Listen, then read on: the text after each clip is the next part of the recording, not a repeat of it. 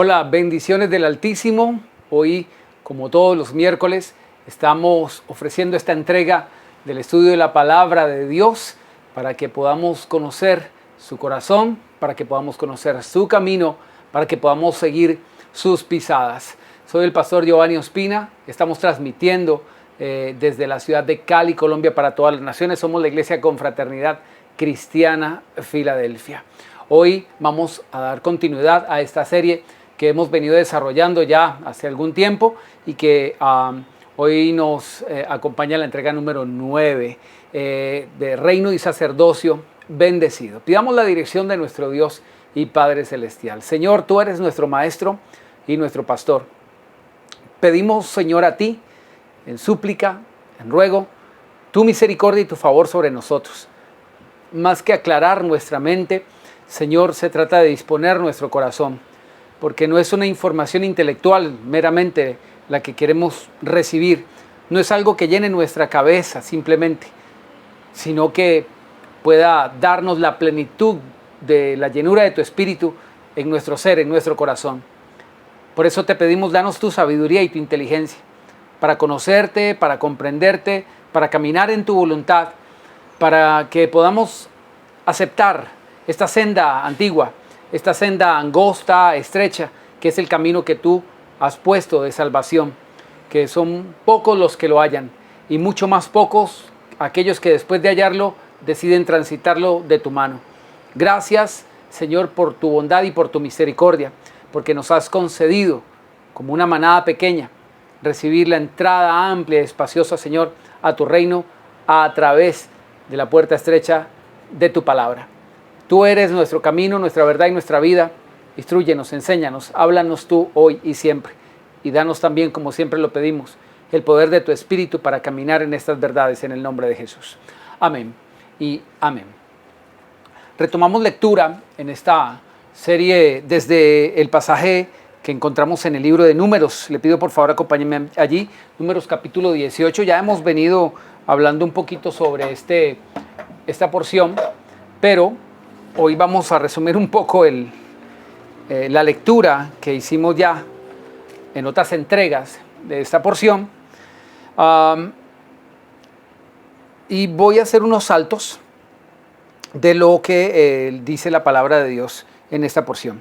Primero, en el versículo 6 de Números 18, dice: yo he tomado a sus hermanos, los levitas, de entre los hijos de Israel, para darlos a ustedes como un don del Señor, para que sirvan en el ministerio del tabernáculo de reunión. Bien, habíamos en la última entrega hablado sobre lo que esto significa, que Dios ha tomado unos ministros, un pueblo apartado, un grupo de personas de su pueblo apartado para Él, para que oficien los servicios ministeriales o sacerdotales. Y Dios dice que este es un don justamente del cielo. Pero en el versículo 8, Dios dice también: yo te he dado el cuidado de mis ofrendas.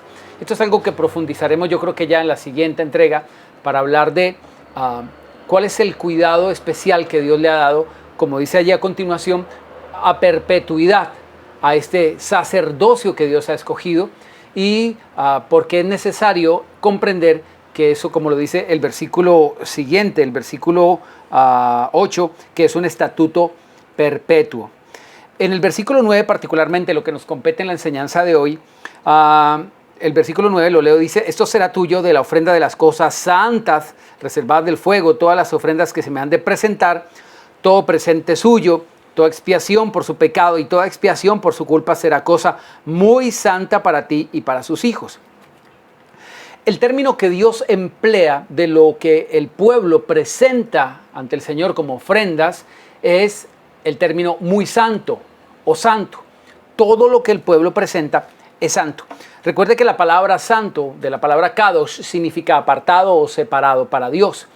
En este sentido, Dios le confiere a las cosas que le presenta el pueblo a Dios un orden estrictamente más elevado a la naturaleza propia que tienen las cosas. ¿Qué quiero decir con esto? Si las personas presentan un carnero, un buey o cualquier ofrenda que le presenten a Dios, el carnero es igual a cualquier otro carnero, solamente que tiene algunos aspectos que le distinguen, que sea perfecto, que no esté enfermo, que no tenga una pata quebrada, etcétera, etcétera. Pero sigue siendo, como todos los demás corderos, un animal. El buey, que se le presenta al Señor como una ofrenda, que se le presentaba al Señor en ese tiempo como una ofrenda, sigue siendo como cualquier otro buey, sigue siendo un animalito. Pero Dios dice, esto que me corresponde a mí, esto que debes apartar para mí, le doy una naturaleza de separado, de kadosh, de santo, algo que ya es consagrado a Dios. En este sentido, debemos comprender que la naturaleza de lo que se le presenta a Dios es de la misma naturaleza de Dios. La Biblia dice que Dios es santo. Y el término santo, que significa apartado o separado, puesto en lugar aparte, es justamente el que se le concede también a las ofrendas. Ojo que esto es muy importante. Cuando la Biblia dice que hay que darle a Dios lo que es de Dios, escúcheme, lo que es de Dios no tiene la misma naturaleza que todo lo demás, que las demás cosas. Si se ha separado un cordero para Dios, porque hay que darle a Dios lo que es de Dios y Él pide que le demos nuestros diezmos, nuestras ofrendas, eso que es de Dios ya tiene una naturaleza distinta a todo lo demás. Ese es el carácter de las ofrendas. Y como lo veremos más adelante, eso es un estatuto perpetuo. Y si usted va al diccionario, se percatará que perpetuo significa que permanece en el tiempo, que no se abroga, que no se quita, que no deja de ser. Con mayor profundidad analizaremos los pasajes que nos hablan justamente de eso. Pero hoy, principalmente, tenemos que entender la naturaleza santa de las cosas que son de Dios. Cuando estuvimos hablando en otras entregas, justamente de esta misma serie, usted puede buscar en el playlist de YouTube, Dios te quiere bendecir, en toda esta serie, estuvimos analizando de la vida de Esaú, cuando la Biblia dice que él, por no haberle dado un trato sagrado a las cosas sagradas, fue considerado profano. Y dice la Biblia que no haya entre ustedes ningún fornicario profano como Esaú, que por una sola primogenitura, por una sola ofrenda, vendió su primogenitura. Por negociar, digámoslo de esa manera, con lo que no se debe negociar, trajo maldición sobre sí. De hecho, no es el tema, solamente traigo a colación un pasaje que viene a mi mente. Cuando Satanás, antes de ser Satanás, era Luzbel, que significa portador de luz, antes de ser expulsado del cielo, dice la Biblia que por las contrataciones comerciales que hacía Satanás, es lo que lo llevó a rebeldizarse contra Dios y por eso fue expulsado del cielo. En 2 entregas anteriores estuvimos, o 3 entregas también, analizando la historia de la iglesia de Laodicea, de la iglesia de Pérgamo, que eran iglesias consideradas en la Biblia como iglesias, pero que estaban al borde de dejar de ser iglesias. Cuando una le dice, te vomitaré de mi boca, y ya lo vimos, lo que significa es expulsar de la peor forma del cuerpo de Cristo, vemos que el ser humano también está en el mismo riesgo que tuvo un querubín, porque eso es lo que dice la Biblia, que era Satanás antes de caer, antes de la caída. ¿Qué fue lo que lo llevó a ser expulsado? ¿Qué fue lo que estaba llevando a estas 2 iglesias, particularmente de la Odisea, como le acabo de referenciar, a ser expulsado del cuerpo de Cristo, a ser quitado del lugar que ocupaban? Y es justamente no darle a lo sagrado el trato de sagrado, no darle a lo de Dios el trato que se le debe dar a lo de Dios.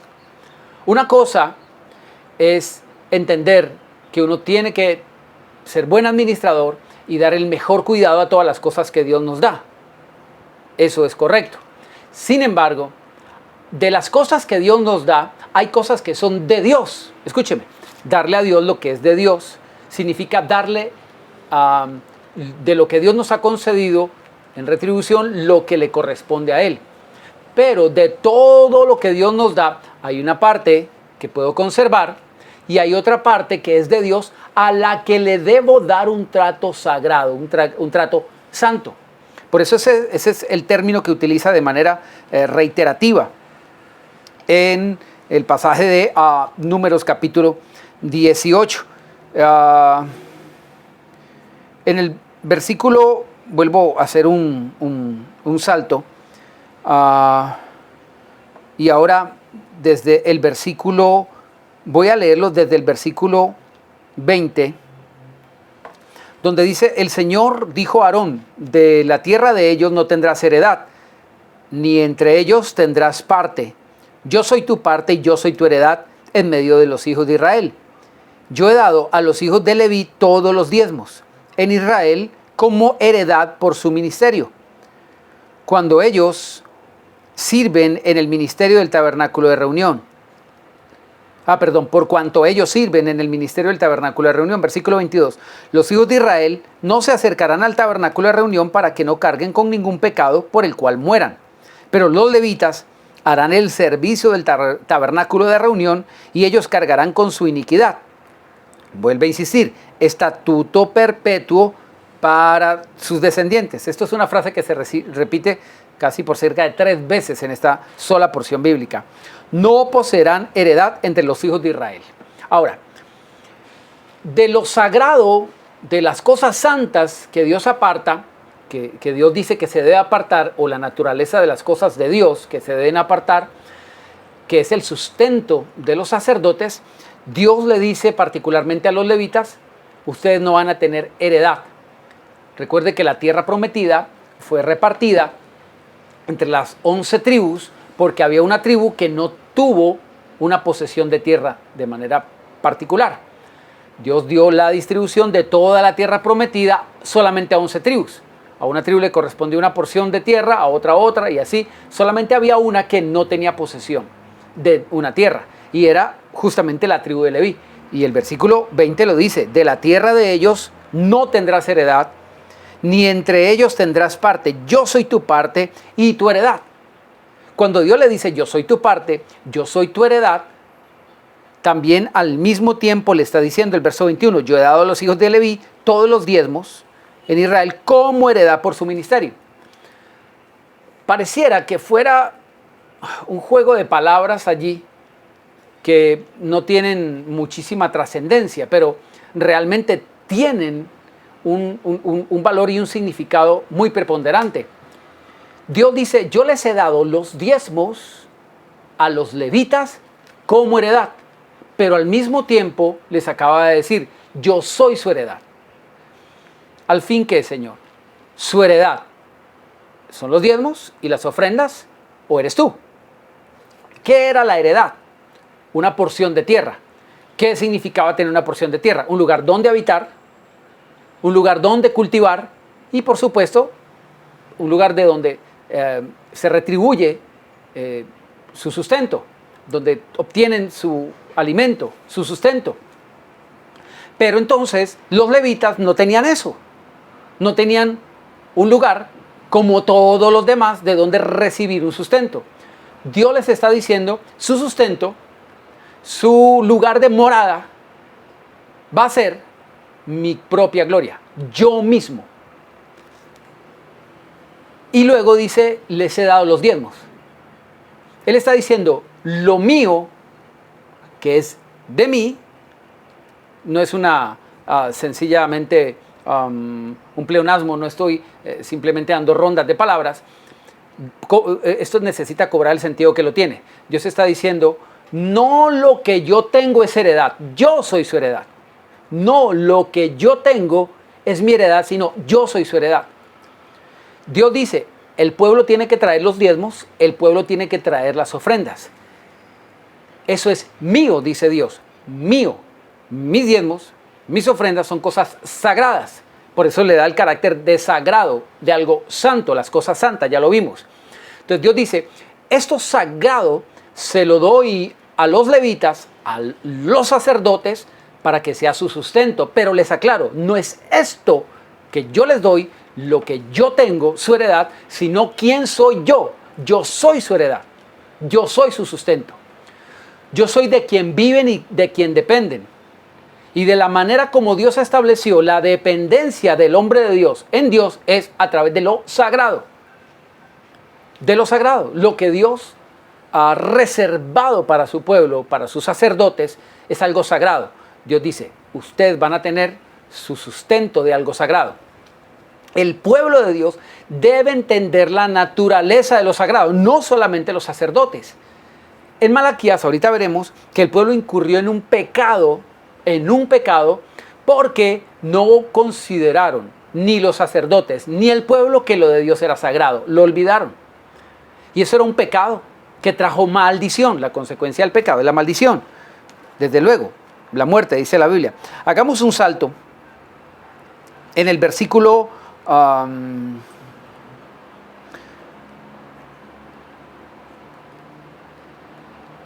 voy a hacer un salto al versículo 29. De todos los dones que reciban, reservarán la ofrenda al Señor de todo lo mejor. Ojo que esto es un mandamiento. De todo lo que reciban, reservarán la ofrenda al Señor de todo lo mejor. De ellos separarán la porción para que sea consagrada. Para que algo pueda ser consagrado, tiene que ser lo mejor. ¿Qué significa consagrado? Entregado a Dios. Que sea de Dios, hacer que eso sea de Dios. Ya vimos la explicación hace un momento. Una persona puede tener en sus apriscos 1000 ovejas y debe llevar para Dios el diezmo. El diezmo de 1000 es apartar la 10ª parte de las ovejas de su aprisco. Cuando una persona tiene, pongamos el ejemplo más sencillo, de 10 ovejas en un aprisco, una oveja tiene ya una naturaleza diferente a las demás ovejas. Esa, una ovejita apartada, es escogida de entre todas las 10 como la mejor. Hay que buscar la mejor y esa viene a tener un aspecto puntual, es consagrada. Por el mero hecho de ser lo mejor ya está consagrado, ya es sagrado. Significa que ya le corresponde a Dios. De las 10 ovejas que una persona tenga en su aprisco, Dios da por sentado que hay algo de lo que la persona tiene que no es de esa persona, es de Dios. Y Dios dice, dele a Dios lo que es de Dios. Aunque tú lo tienes, porque Dios te lo ha concedido, tenga cuidado que eso es algo sagrado, es algo que es de Dios y tú tienes que darlo a Dios. Pero no es solamente darlo, sino cómo darlo. Y Dios dice, lo mejor. ¿Por qué? Porque lo decía hace un momento, la naturaleza de la ofrenda tiene la misma naturaleza de Dios. Por eso se le concede a las ofrendas la naturaleza de algo sagrado, de algo santo, porque Dios es santo. Y Dios dice, tienen que separar lo mejor porque esa es mi naturaleza. Ya lo veremos con mayor profundidad cómo aclara este pasaje Malaquías. Ahora Dios dice, reservarán de todo lo mejor, de ellos separarán en la porción que ha de ser consagrada. También les dirán, cuando hayan separado lo mejor de los dones que les está contado a los levitas como producto de la era y como producto del lagar, lo comerán en cualquier lugar ustedes, sus familias, pues será su remuneración por su ministerio en el tabernáculo de reunión. Ya en otras entregas hemos hablado del tema donde Dios le dice al pueblo que es el que predica el evangelio, y dice así, literalmente, el Señor ordenó es una ordenanza, que el que predica el evangelio viva del evangelio. Y es la misma Biblia la que está dando el término remuneración. Pero mire cómo Dios quiere acabar con la mezquindad en el corazón del pueblo. Dios le dice al pueblo, aunque ustedes consideren que esto va a los sacerdotes, realmente me lo entregan a mí. Por eso les pido lo mejor. ¿Y por qué dije que trata de guardar de la mezquindad al pueblo? Porque Dios estableció un principio. Lo que tú quieras que hagan contigo, eso mismo haz tú con los demás. No es el momento, pero más adelante analizaremos evidentemente este pasaje. En Lucas dice el Señor 6:18, si bien recuerdo, dad medida buena, apretada, remecida y rebosante. Dios dice no solamente que demos, sino cómo debemos dar. Eso dice la Biblia. Den y se les dará. Medida buena. Él dice, den y se les dará. Y se les dará. Está estableciendo una ley. Pero él aclara no solo el qué hacer, sino el cómo hacerlo. Por eso aclara, de todo lo mejor, de todo lo mejor. Medida buena, remecida y rebosante darán en vuestro regazo, porque con la misma medida con que ustedes miden, los volverán a medir. Eso es algo establecido por Dios, se llama un axioma, es una norma establecida, una ley que no puede ser quebrantada, eso lo dijo el Señor. Así con la misma medida con que ustedes miden, los volverán a medir. El hombre va a cosechar en la misma naturaleza de lo que da. Por eso Dios dice, den lo mejor porque yo les voy a dar lo mejor. Dios no puede recibir lo peor y esperar los hombres recibir de Dios lo mejor. Dios dice, conforme a mi naturaleza doy. Yo doy lo mejor, pero también conforme a mi naturaleza recibo. Las cosas que ustedes consagren tienen que ser lo mejor porque yo no soy cualquiera. Yo soy Dios y mi nombre es santo y en todo lugar se ofrece a mi nombre ofrenda limpia. Eso lo dice Malaquías. Conforme a la naturaleza de lo que Dios es, Dios recibe, y conforme a la naturaleza de lo que Dios es, Dios da. Si Él dice, si ustedes siendo malos saben dar buenas cosas a sus hijos, ¿cuánto más Dios dará buenas cosas a los que se lo piden? Dice la Biblia. ¿Por qué Dios da buenas cosas? Porque esa es su naturaleza. He usado regularmente un ejemplo para entender un poco esto. En Colombia hace poco falleció uno de los pintores y escultores tal vez más afamados en el mundo entero, nacidos en Colombia, de apellido Botero. Su prolífica obra artística está en muchísimas partes en el mundo, muchos museos importantes y demás, y evidentemente por el elevado nivel artístico que este artista desarrolló, sus obras son bastante onerosas, muy costosas. Piense usted que un artista de esta talla, que puede vender una obra en cientos de miles de dólares, millones de dólares, piense que usted le diga a esta persona, mira, yo sé que un cuadro tuyo puede costar en plata colombiana hasta 500 millones, 1.000 millones de pesos. Un cuadro original, un Botero original, puede costar 500.000 o 1.000 millones. Pero solamente tengo 5.000 pesos. O sea, solamente tengo $1.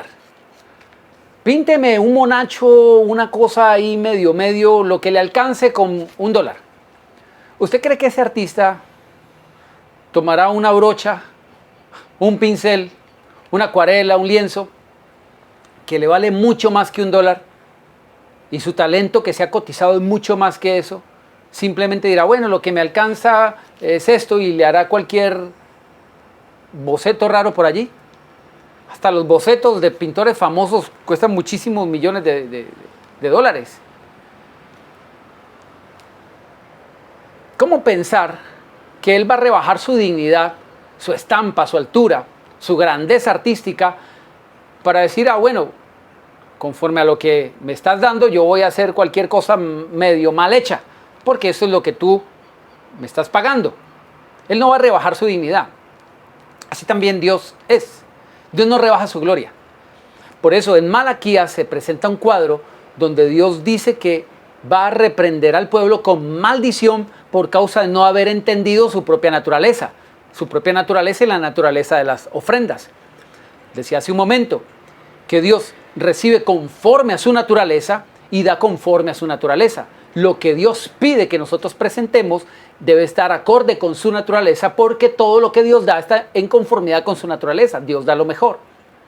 Entonces, no podemos esperar que Dios me dé lo mejor cuando yo le doy lo peor. Señora, es una obra cualquiera, ahí más o menos lo que te alcance con $1. No estoy hablando de una ofrenda particular, sino en el ejemplo de Botero.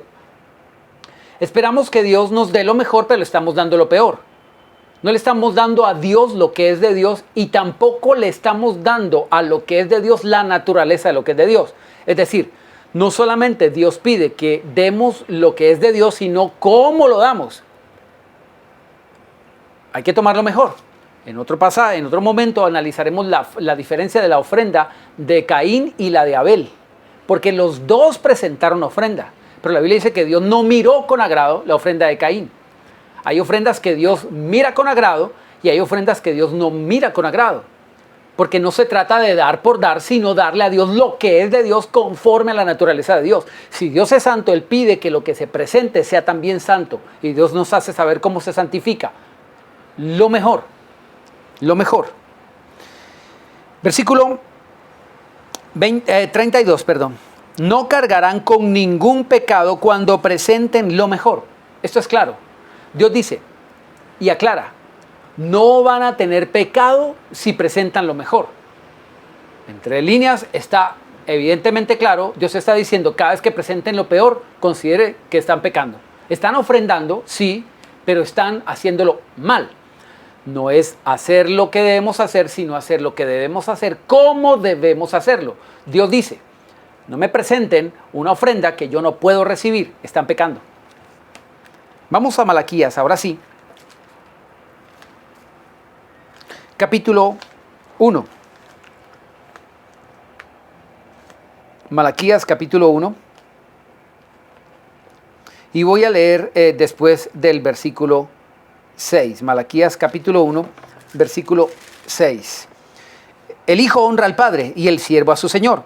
Sí, pues yo soy padre, ¿dónde está mi honra? Mire que esto tiene que ver con su honra. No es con lo que se da, sino cómo se da. Dios lo que quiere que entendamos en esta porción que vamos a ver es que Dios ve cómo trata su honra.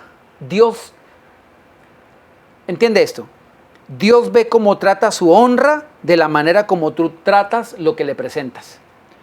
Dios ve cómo le honras o le deshonras en la manera en cómo tú presentas lo que le ofrendas. No si lo haces, sino cómo lo haces. Es de lo que venimos hablando. Si yo soy padre, ¿dónde está mi honra? Si yo soy señor, ¿dónde está mi temor? Dice el Señor de los ejércitos, a ustedes sacerdote, que menosprecian mi nombre. Y dicen, ¿en qué hemos menospreciado tu nombre? Mire que ellos se están preguntando en qué hemos menospreciado tu nombre. Ellos no se habían percatado que cuando menospreciaban las ofrendas, estaban menospreciando a Dios. Atención a esto, menospreciar significa no darle el valor a algo.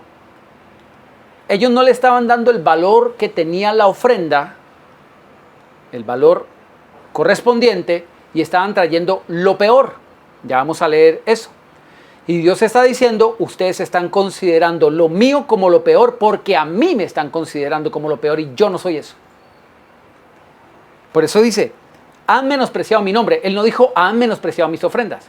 Él dice, me desprecian a mí, porque como tratan lo mío, así me tratan a mí. Versículo 7. ¿En qué hemos menospreciado tu nombre? En que ofrecen sobre mi altar pan inmundo. Y todavía dicen, ¿en qué te hemos deshonrado?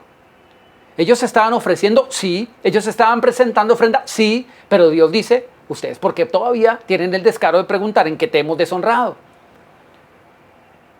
No se trata de hacer, sino hacer bien. Cuando dice la Biblia que el juicio de Dios ha comenzado por la casa de Dios, ¿dónde quedará el impío y el pecador? Ahí cobra sentido un poco esto. Porque la cuestión no es hacer lo que se debe hacer, sino hacer lo que se debe hacer, cómo se debe hacer. El justo con dificultad se salva. Si el justo con dificultad se salva, ¿dónde quedará el impío y el pecador? Porque si el justo es el que hace lo que debe hacer, pero como lo debe hacer, ¿dónde quedará aquel que ni siquiera hace lo que debe? Imagínese, alguien que roba a Dios en los diezmos, alguien que roba a Dios en las ofrendas, ¿dónde va a quedar? Si inclusive Dios dice, el que diezma y ofrenda y lo hace mal, también tiene juicio. Entonces, la ignorancia en este sentido es una invocación del propio mal. Es llamar la maldición. ¿En qué te hemos deshonrado? En que piensan que la mesa del Señor es despreciable. Cuando ofrecen el animal ciego para el sacrificio, ¿acaso no es malo? Asimismo, cuando ofrecen el cojo o el enfermo, ¿acaso no es malo?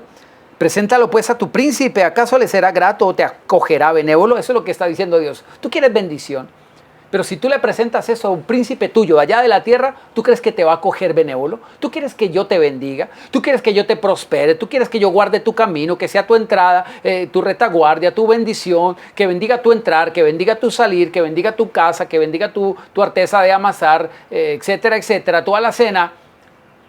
¿Quieres que te acoja benévolo? Pero mira cómo me estás tratando, porque no es como me tratas simplemente de labios, sino como tratas lo mío. La ofrenda es sagrada, la ofrenda es santa, porque así es la naturaleza de Dios. Y Dios dice, menosprecian mi nombre. ¿Y en qué menospreciamos tu nombre? En la manera como ustedes están haciendo lo que están haciendo, porque están sacrificando lo malo y lo peor.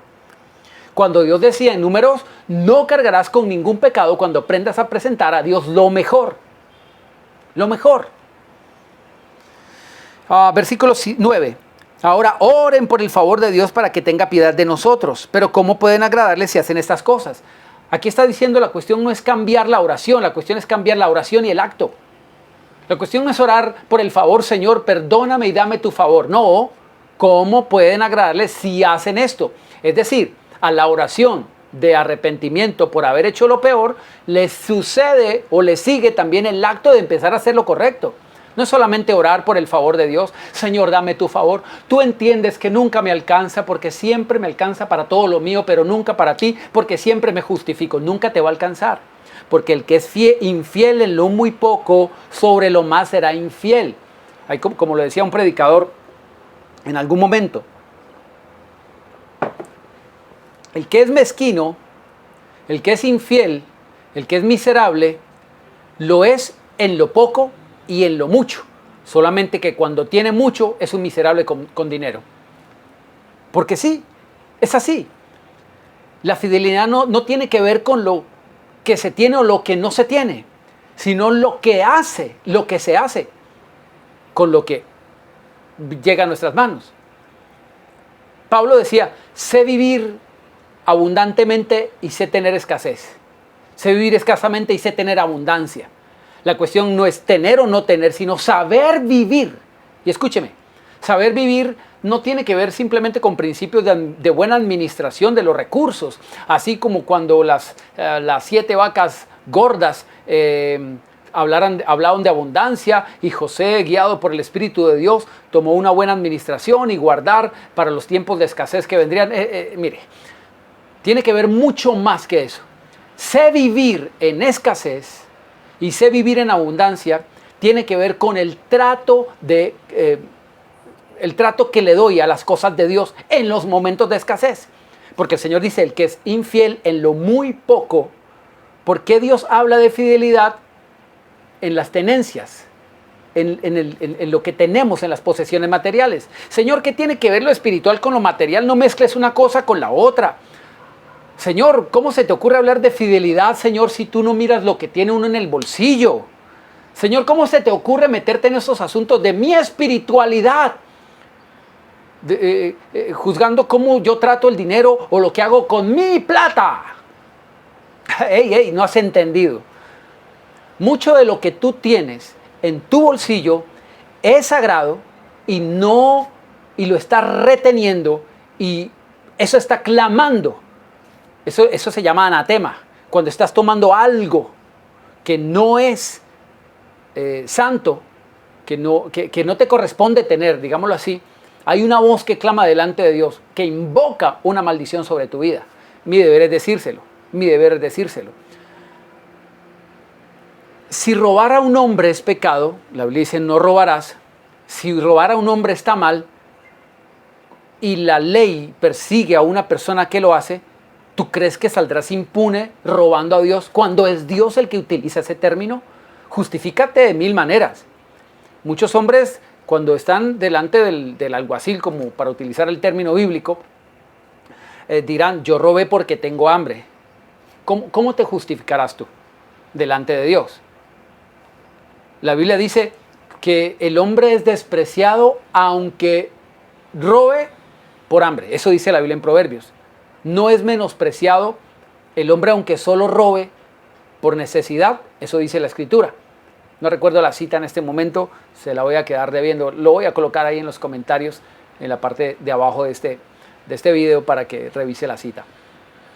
Ahora bien, De esta misma forma, ¿usted cree que va a quedar impune o puede justificarse una persona que robe a Dios? No somos nosotros los hombres los que establecemos si se puede o no se puede robar a Dios. Es Dios mismo el que dice que sí se hace cuando no se le da a Dios lo que es de Dios. Y muchos tratan de extraerse de este principio, como abstraerse, como desligarse y salirse de esta responsabilidad que se tiene, porque no quieren tener nada que ver con el dinero, prefieren ser ignorantes. En ese sentido yo prefiero que decirle a Dios un día: Señor, yo no sabía, y prefiero ignorarlo y no quiero escuchar este mensaje, yo lo voy a quitar y lo voy a cortar, porque al que más tiene, más se le pide. Es la verdad. No trates de abstraerte sobre tus responsabilidades, porque eso lo único que va a conllevar es maldición. Maldición, porque el que ignorantemente peca, ignorantemente se condena. Por eso el Señor dijo: conozcan la verdad para que la verdad los haga libres. Por eso es que tenemos que liberar nuestra alma. ¿Para qué? Para que cesemos de tener maldiciones, para que por fin empecemos a caminar en la bendición que Dios ha establecido. Muchos ni siquiera saben por qué están caminando en la maldición en la que caminan, porque ni siquiera saben qué es lo mal que están haciendo. Y evidentemente Dios, por su amor y por su gracia y por su misericordia, nos está mostrando cuál es nuestro error para que lo corrijamos. Por eso dice la Biblia: oren por el favor de Dios, pero no solamente oren por el favor, sino entiendan que el versículo dice: ¿cómo pueden, verso 9, cómo pueden agradarle a Dios si hacen estas cosas? No es solo orar por el favor, sino cambiar nuestra actitud, nuestro comportamiento, porque para orar por el favor de Dios hay que agradar a Dios, pero no se le puede agradar a Dios si se sigue haciendo lo malo. Hay que corregir esto para que entonces sí venga el favor de Dios sobre nuestras vidas. Verso 10. ¿Quién hay entre ustedes que cierre las puertas o alumbre de balde mi altar? Le dice Dios a los sacerdotes. Recuerde que estaba hablando de su salario, de su remuneración. O sea, ¿quién hay que trabaje allí de manera gratuita? Está diciendo el Señor a los sacerdotes. Ni de su mano aceptaré esta ofrenda. Verso 11. Porque desde donde nace el sol hasta donde se pone es grande mi nombre entre las naciones. Y en todo lugar se ofrece a mi nombre incienso y ofrenda limpia. Dios dice: mire, ustedes pueden ser sacerdotes, levitas escogidos. Yo los llamé para que fueran y oficiaran este servicio, pero les voy a decir algo. En todo lugar se ofrece a mi nombre, su nombre que es santo, ofrenda limpia. Yo no voy a aceptar la suciedad que ustedes traen.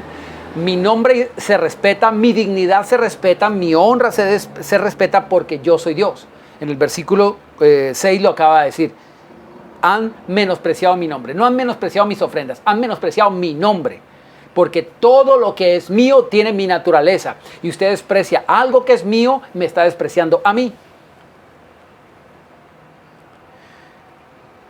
Ahora dice: grande es mi nombre entre las naciones, dice el Señor de los ejércitos. Pero versículo 12 dice: pero ustedes lo profanan cuando dicen inmunda la mesa del Señor y cuando dicen ese alimento es despreciable. ¿Por qué? Porque los sacerdotes estaban recibiendo del pueblo lo peor. Ellos decían: la parte que nos corresponde a nosotros, eso es despreciable. Además han dicho: ¿qué fastidio es eso? Y me desprecian, dice el Señor de los ejércitos. Pues han traído lo robado, lo cojo, lo enfermo y me lo presentan como ofrenda. ¿Aceptaré yo eso de sus manos? Dice el Señor. Maldito el que engaña, maldito el que engaña, el que teniendo machos en su rebaño promete y sacrifica al Señor lo dañado. Ahí es donde viene la maldición. Maldito el que engaña. Y esto incluye al sacerdote como al pueblo. Dios le dice, estamos hablando de sacerdocio y reino bendecido. Los sacerdotes y los reyes deben comprender por qué vienen las maldiciones, para que corrija ese camino y entonces pueda venir la maldición. Y Dios dice de una vez, lo deja claro: maldito, maldito, maldito el que engaña. ¿Y cuál es su engaño? Que tiene lo mejor, que sabe que tiene, pero le da a Dios lo peor. Le da a Dios lo peor. Dios es el último. Primero es el Señor que tengo que pagarle el recibo, primero es la señora que le debo las arepas, y Dios, espérese usted, vamos a ver qué queda. Vamos a ver qué hacemos con usted, Dios, pero no se olvide de bendecirme, no me vaya a cerrar las puertas, no me vaya a tocar una enfermedad, no me vaya a tocar un accidente. Dios, cuidadito, Señor, pues con eso. Usted dice que es bueno, ¿no? Él dice, maldito el que engaña. Debemos entender la naturaleza de Dios. Dios no maldice por maldecir. Dios quiere mostrarnos que la maldición es una consecuencia de no estar en el lugar donde Dios quiere que estemos, de la manera como Dios quiere que estemos. Dios no simplemente dice maldito, maldito porque sí. Maldito usted, bendito usted, maldito porque sí. No.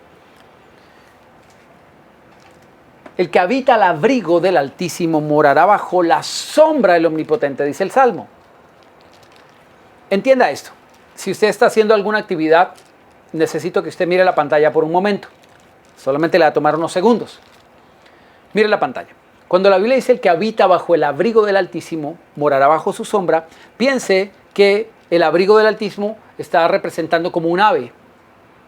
Por eso dice, con sus plumas te cubrirá, debajo de sus alas morará seguro. Hay una representación de un ave que está empollando sus huevitos. La protección, el cuidado, está sobre aquellos que están cobijados bajo su protección, bajo su cubierta, debajo de sus alas.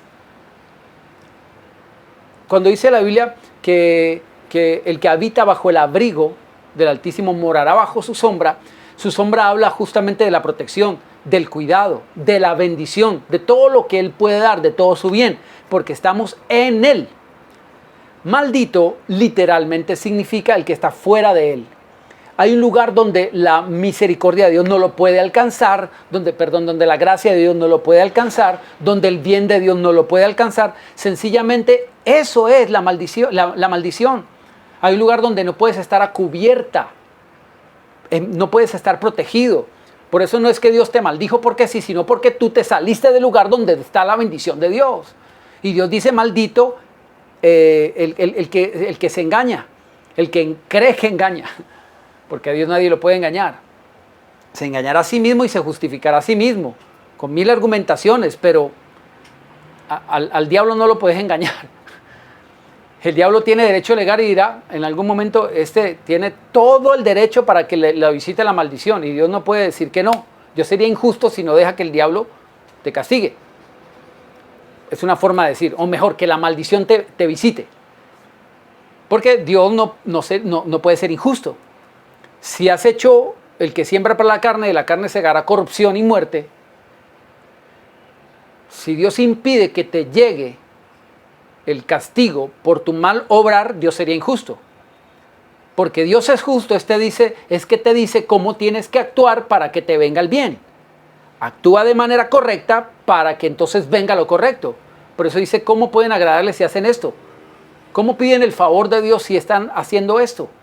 Entonces, para que venga el favor de Dios, entonces nosotros tenemos que procurar ese favor sobre nuestras vidas. En Malaquías, capítulo 3,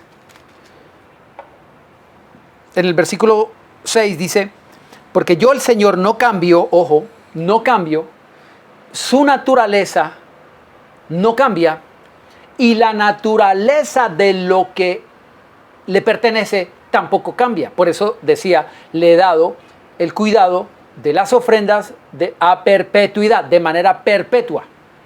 Dios no cambia y la naturaleza de lo que le corresponde a Él tampoco ha cambiado. Por eso es que algunos se han dejado engañar por el diablo porque no es otro. El padre de mentira es el que quiere promover esto entre las iglesias, que le enseñan a robar a Dios. Porque la gente, lastimosamente, la gente que es avara, la gente que ama el dinero, que le gusta retener y que no le gusta que Dios no le meta la mano a su bolsillo, es la gente que se inventa argumentos justamente para impedir este favor y esta gracia que Dios quiere dar a su pueblo, porque así es. Dios quiere dar prosperidad y sobreabundancia a su pueblo, pero estableció la manera. Y la manera no es simplemente una ley de dar y recibir. No, esto está mucho más profundo que eso. Esto tiene que ver con la formación de un corazón. Porque a quien Dios da riqueza, eso dice la Biblia, a quien Dios le da riqueza, también le da el poder de disfrutar de ello. Tome su parte. Así dice Eclesiastés. Luego lo veremos, no se preocupe, no se afane. En las siguientes entregas veremos con mayor detenimiento y profundidad esto. La Biblia dice tome su parte. ¿Por qué dice que tome su parte? No es que Dios le había dado riquezas, Y si Dios le dio, no era todo de Él, porque dice tome su parte. Porque es que hay una parte que nunca es nuestra. De todo lo que nosotros recibimos, hay una parte que es consagrada, que es sagrada. Y si tú la estás reteniendo para ti, estás reteniendo un pecado muy grande. Un pecado grande, por lo cual va a traer maldición. No solamente ora por el favor de Dios, sino empieza a cambiar tu actitud para que le puedas agradar. Porque Dios es misericordioso, lento para la ira, lento para la ira. Porque su juicio no viene efectivamente de repente. La Biblia dice que su benignidad te guía al arrepentimiento. El hecho de que no te haya partido un rayo no significa que Dios esté contento con tu camino si no estás haciendo lo que Dios dice que hagamos. La Biblia dice que su benignidad te guía al arrepentimiento. Hoy Dios te ha concedido un nuevo día de salud, hoy Dios te ha concedido un nuevo día de bendición, hoy Dios te ha concedido trabajo, hoy Dios te ha concedido habilidades, capacidades, etcétera, etcétera, talentos, porque la misericordia de Dios es buena. Porque su benignidad te quiere guiar al arrepentimiento. Primero te guía al arrepentimiento con benignidad. Si con la benignidad no has sido guiado al arrepentimiento, Dios te va a mover por la fuerza al arrepentimiento. Una cosa es ser guiado. Los sabios caminan por la guía de Dios, por la palabra. Pero el necio, dice la Biblia que Proverbios capítulo 10, que la vara está para la espalda del necio. Si no te permite ser guiado, Dios va a usar la vara. Si no te permites si no permites contigo que Dios use el cayado, Dios va a usar la vara. Y los dos nos infunden aliento. Ahora bien, porque no cambió, por eso hijos de Jacob no han sido consumidos. Es por la naturaleza misericordiosa de Dios, pero no tentemos a Dios. Que las cosas malas no nos hayan acontecido de facto y para decir nosotros, pero eso no. Eso es mentira, eso no va a pasar. Dios es tan bueno que no, o sea, Ananías y Zafira son excepciones por allá, pero eso no va a pasar. No tentemos a Dios, no tentemos a Dios, no tentemos a Dios. Desde versículo 7, desde los días de sus padres se apartan de mis leyes y no las guardan. Vuélvanse a mí y yo me volveré a ustedes. Qué tremendo, qué aspecto bonito este. Cuando Dios dice vuélvase a mí.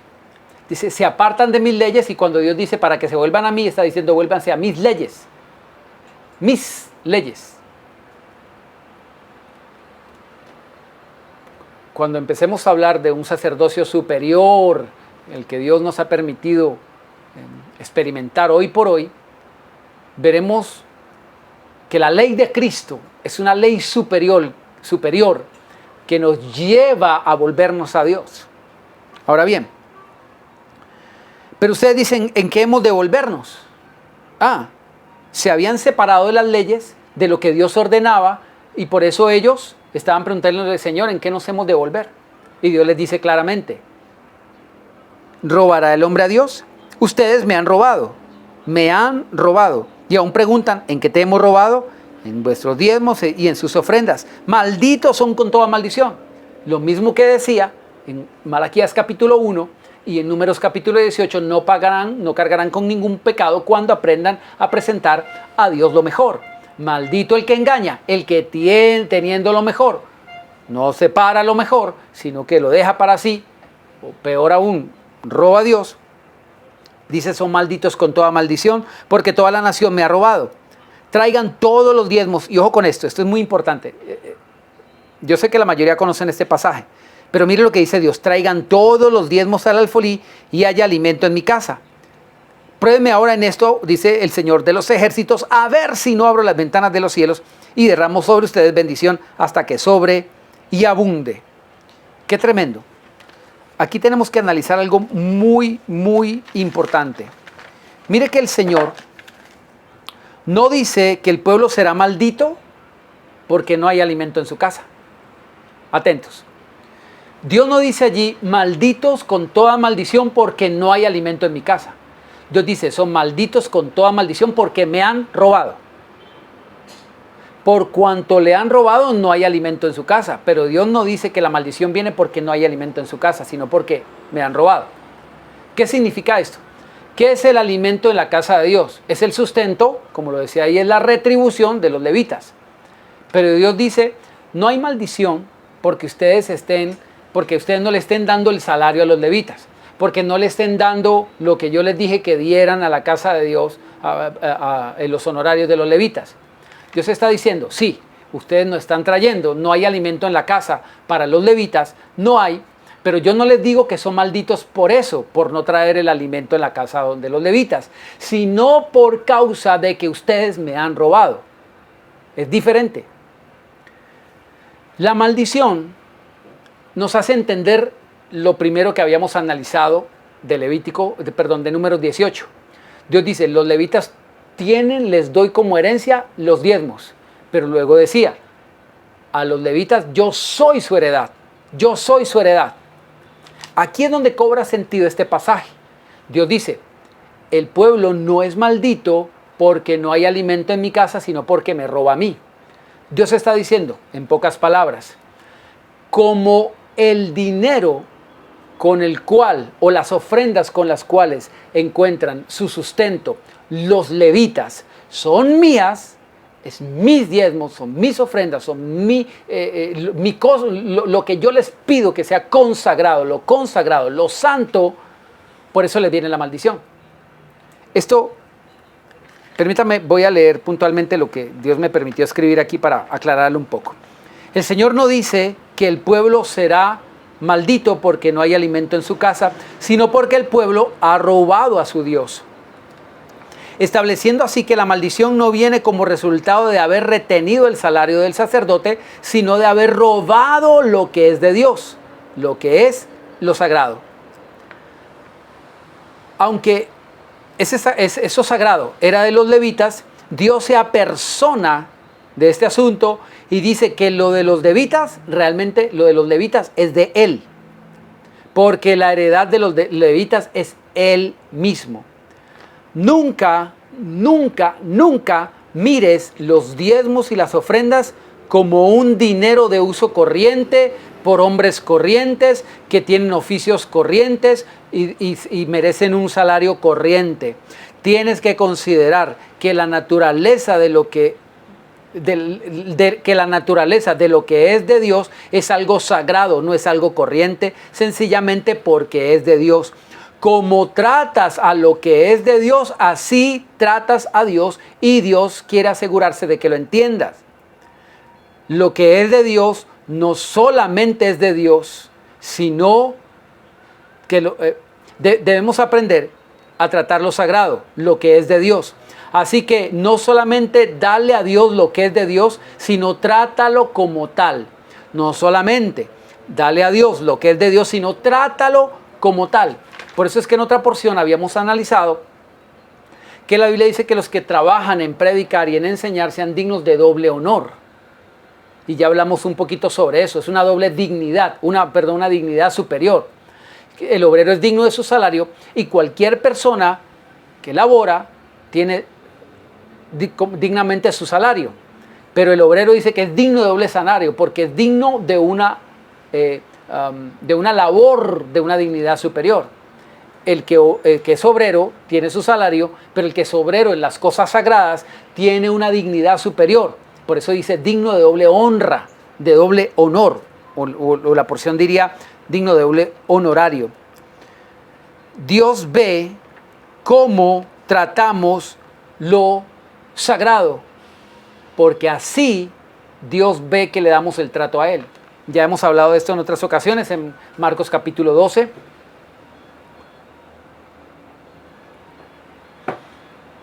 La Biblia dice que el Señor Jesucristo estaba sentado delante del arca de las ofrendas, viendo cómo la gente traía.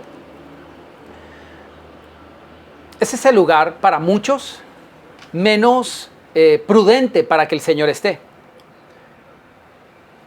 Suena intromisorio, o sea, Señor, ¿por qué te metes en ese asunto? Pongamos en nuestra mente el cuadro.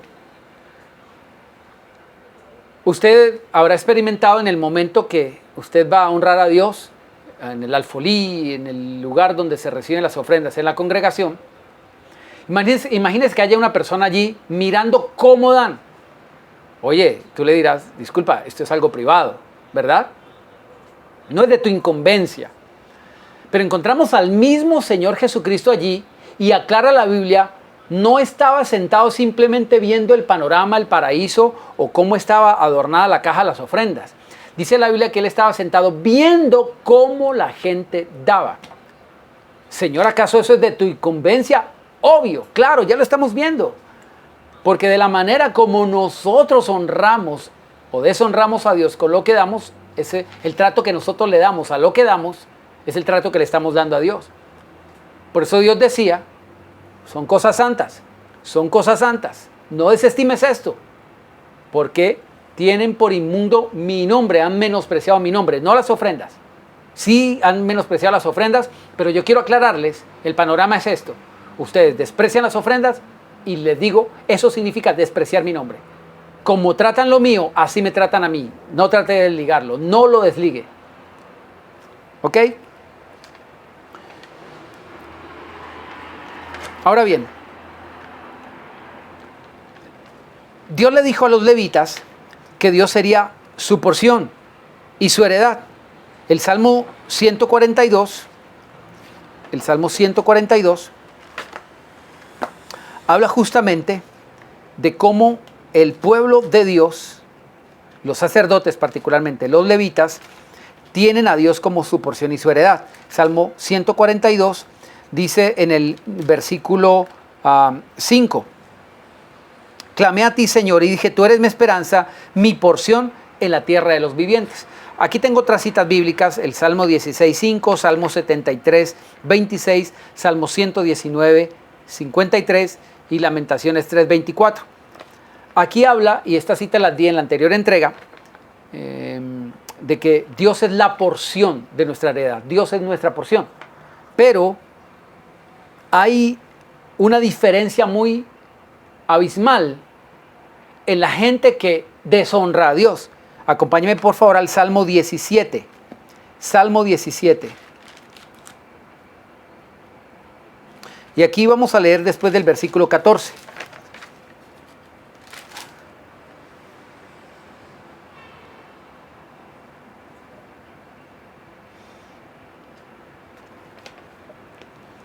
Voy a leerlo desde el versículo 6, perdón. Aquí hay una porción que nos hace ver la posición en la que Dios nos tiene a nosotros como hijos suyos y como ministros suyos, como sacerdotes. Aquí habla de que somos la niña en los ojos de Dios, pero miremos el contexto donde está escrito. Salmo 17, versículo 6. Dice, yo te he invocado por cuanto tú, Dios, me oirás. Yo te he invocado por cuanto tú me oirás. Inclina a mí tu oído, escucha mi palabra. Muestra tus maravillosas misericordias, tú que salvas a los que se refugian en tu diestra y a los que de los que se levantan contra ellos. ¿Quiénes serán los que se levantan contra aquellos que se refugian en Dios? Vamos a mirar. Guárdame como a la niña de tus ojos, escóndeme bajo la sombra de tus alas, de lo que veníamos hablando de la protección. Es decir, líbrame de estar fuera de ellas, de tu protección. Es decir, líbrame de la maldición. Cuando Dios dice malditos son con toda maldición, Dios está diciendo, ustedes están por fuera del lugar donde puede venir la bendición. Y lo provocaron así porque estaban deshonrando a Dios. Ahora sí, versículo 8. Guárdame como a la niña de tus ojos, escóndeme bajo la sombra de tus alas, de la vista de los malos que me oprimen, de mis enemigos que buscan mi vida. Vamos a ver un poquito esto, cómo está en relación con lo que venimos estudiando de Malaquías. Dios le decía al pueblo que era maldito porque había robado a Dios. ¿En qué? En lo que Dios le había dado como heredad a los levitas, los diezmos y las ofrendas, lo sagrado. Dios dice, haya alimento en mi casa. Si no hay alimento en la casa de Dios, significa que los que comen en la casa de Dios, que son los levitas, ¿qué peligro tienen? El riesgo de perder la vida. No hay alimento. Y mire cómo va hablando el contexto. Líbrame de los malos que me oprimen, de mis enemigos que buscan mi vida. Vamos a ver. Versículo 10. Envueltos están en su gordura. ¿Esto qué tiene que ver? Analicemos el pasaje. Envueltos están en su gordura. Con su boca hablan arrogantemente. Han cercado ahora nuestros pasos. Tienen puestos sus ojos para echarnos por tierra. Son como león que ansía agarrar su presa y como leoncillo que está en su escondite. Versículo 13. Levántate, Señor, sal a su encuentro, derríbalos. Libra mi vida de los malos hombres con tu espada, Señor. De los hombres con tu mano, Señor. De los hombres de este mundo. Escuche, ya estamos finalizando. Regálame unos minutos más, por favor. De los hombres de este mundo. De gente que ama este mundo, que quiere regirse como se rige este mundo, que le da la espalda a Dios como los hombres de este mundo, que no tratan las cosas de Dios como las cosas de Dios deben ser tratadas, como sagradas y santas, porque la gente deshonra a Dios, porque la gente roba a Dios. Líbrame de la gente de este mundo, para quienes lo mejor es esta vida. Para quienes lo mejor es esta vida. Dice, líbrame, Señor, de los hombres de este mundo, para quienes lo mejor es esta vida, y cuyo vientre está lleno de tus bienes. No había sustento en los sacerdotes, pero los que le robaban a Dios estaban, como dice el versículo 10, envueltos en su gordura, porque para ellos lo mejor es esta vida. A ellos no les interesa la vida eterna, sino lo que se puede hacer aquí. Si les interesara la vida eterna, no retendrían para esta vida, sino que honrarían a Dios para preservarla eterna. Porque escuche, es mi deber decirle que una persona que deshonra a Dios, que una persona que no le da el trato de lo sagrado a lo sagrado, que una persona que roba a Dios, no tiene vida eterna permanente en él. Es mi deber decirle. Es mi deber decirle. Tal vez usted quiera tratarlo de cualquier manera, usted buscará a su predicador favorito para que le contradiga todo lo que le estoy predicando por la palabra de Dios, para justificarse usted mismo. Pero Dios en su gracia y en su misericordia nos ha enviado una voz que habla en el desierto para hacernos ver cuáles son las realidades espirituales de esto que está siendo hoy combatido. El reino de los cielos sufre violencia y quiere acabar con la verdad para que el pueblo no sea bendecido. Por eso donde Dios dice, malditos son con toda maldición, Dios dice, hay alimento en mi casa, hagan lo que tienen que hacer, traigan los diezmos al alfolí y verán a ver si no les abro las ventanas de los cielos. Se quiere impedir la bendición sobre el pueblo de Dios, la bendición para que todas las naciones nos llamen bienaventurados. De los hombres de este mundo, para quienes lo mejor es esta vida. Dice, cuyo vientre está lleno de tus bienes. ¿Por qué sus vientres están llenos de los bienes de Dios? Porque se robaban lo que era de Dios. ¿Por qué dice sus bienes?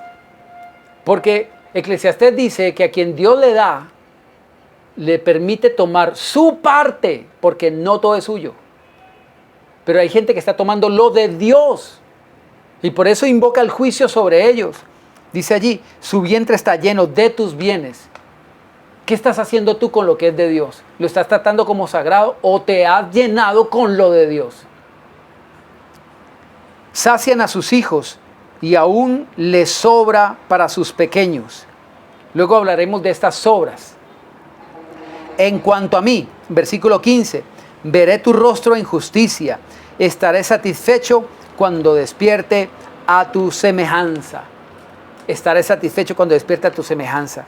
Si nosotros buscamos las pisadas de Jesucristo, seguir las pisadas de Él, veremos su gloria. ¿Por qué